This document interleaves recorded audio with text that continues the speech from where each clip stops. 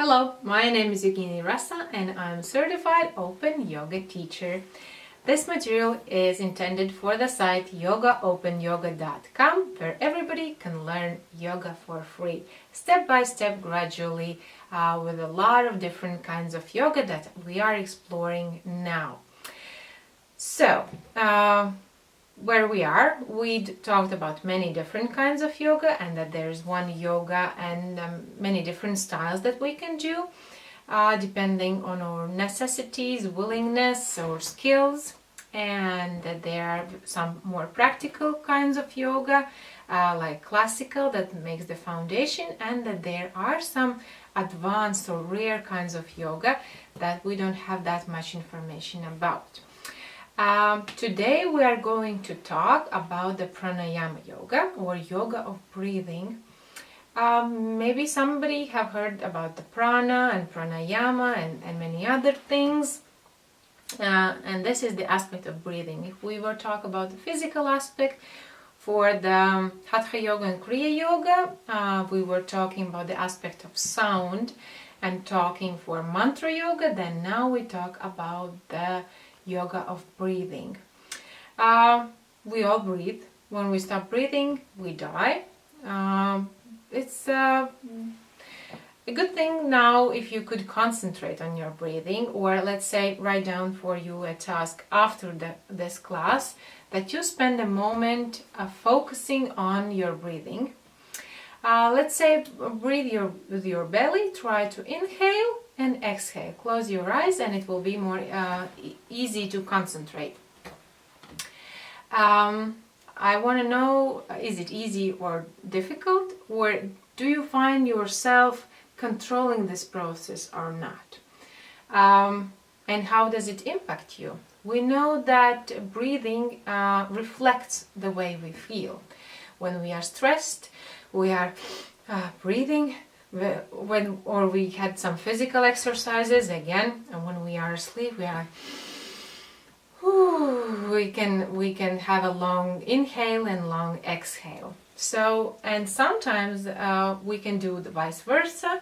For example, when a woman is giving birth to a child, we are training the woman to breathe in different ways. Sometimes and sometimes different other ways, but there's are some exercises that are coming from yoga and are very useful.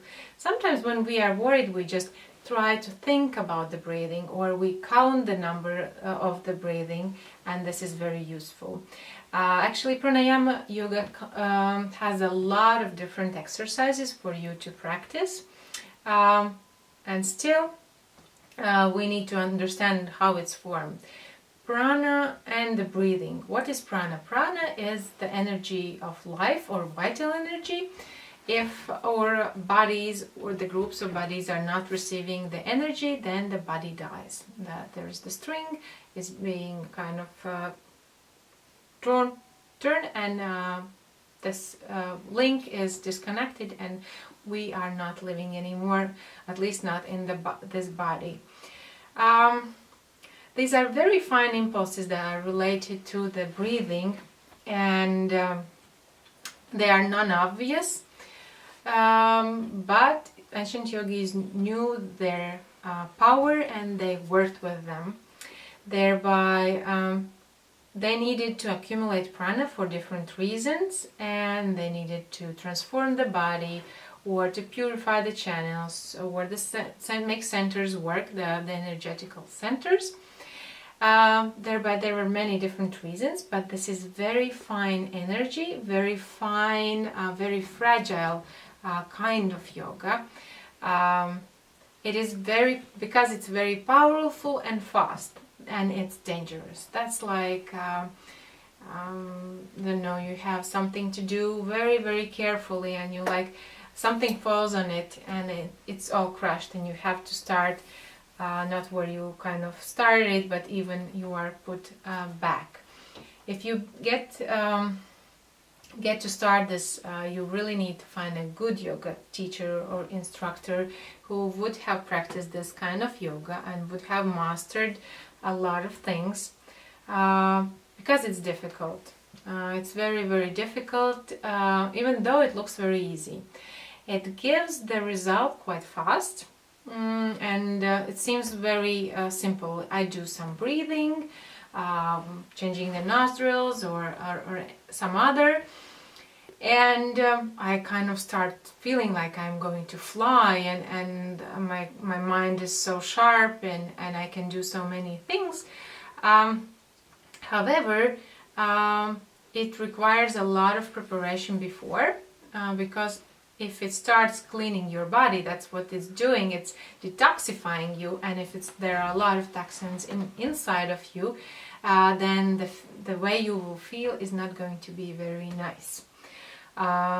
Thereby, before starting pranayama yoga, there is long preparation, along with the body preparation, with the physical hatha yoga and kriya yoga. There is a lot of diet recommendations.